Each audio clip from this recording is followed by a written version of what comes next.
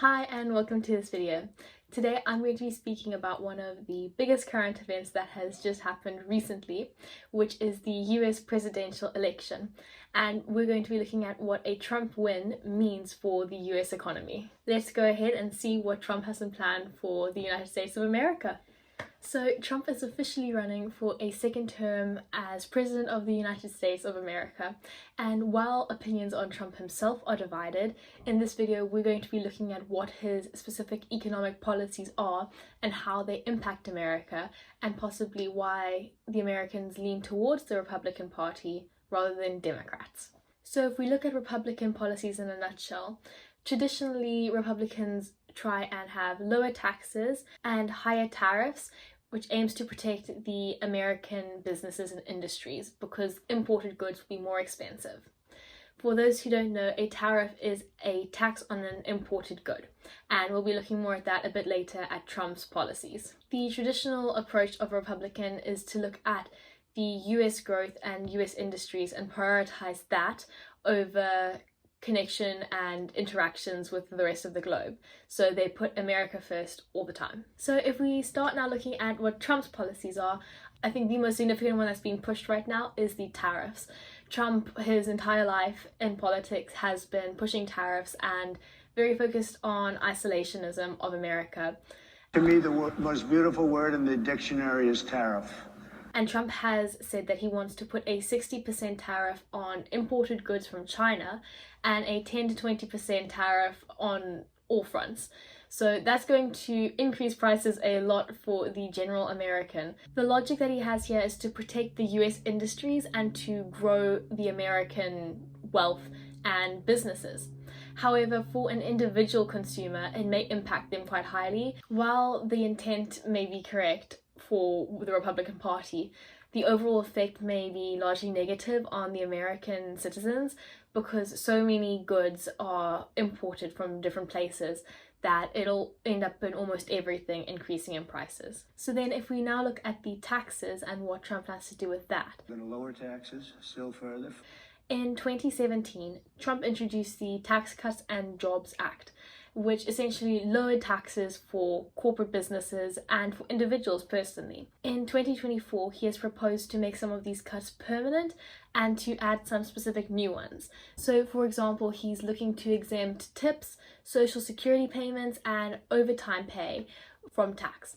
So this will mean that a lot of people will come home with more money. This is really appealing to any American citizen or to any citizen anywhere. The idea that you have more money in your pocket because you don't get taxed on it anymore. Also, on a different level, he spoke of the idea of making the US the cryptocurrency capital of the world, which would definitely open up new economic channels. So then another key factor of Trump's campaign was the promise to amp up domestic energy production.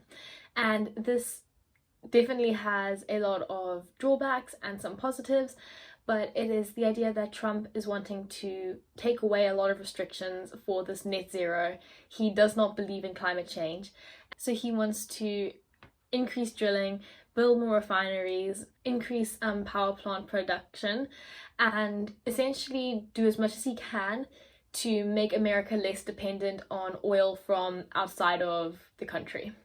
And while this could be negative for the climate, it also means that there will be more jobs that are available because there'll be more construction work and there's more refineries and different oil producers that can therefore pay their workers more, and this does end up leading into the cycle of the economic boom. So then when we look at federal spending reduction, it kind of overlaps with this idea of the climate change, and so Trump is wanting to remove Biden's green energy plans, which he says unfairly favors the renewable energy side over the normal energy side or the fossil fuels energy side. And so he says that through stopping these subsidies towards renewable fuels, it can go towards things like the public education of the country. Why Americans are voting for Republicans? The primary reason has been shown to be the fact that the cost of living has increased so much that Americans feel like it is time for a change and they need something else to try and help bring down the cost of living. Inflation has caused many Americans to see their financial well-being decline over the past 4 years, and so they are hoping that the Republicans will come in and find a way to give them more spending power. This is what Trump is offering to do. So Trump's emphasis on reducing taxes and boosting American economies and increasing the amount of personal spending that each American has at the end of the day really aligns with all of their desires and what they're wanting, which is economic relief for their country. However, the main problem that is coming in is this idea that the tariffs could be problematic for America, especially if countries decide to retaliate by placing high tariffs back on America. So that is a very basic overview of Trump's plans and what he is wanting and hoping to do for his next 4 years as the President of the United States.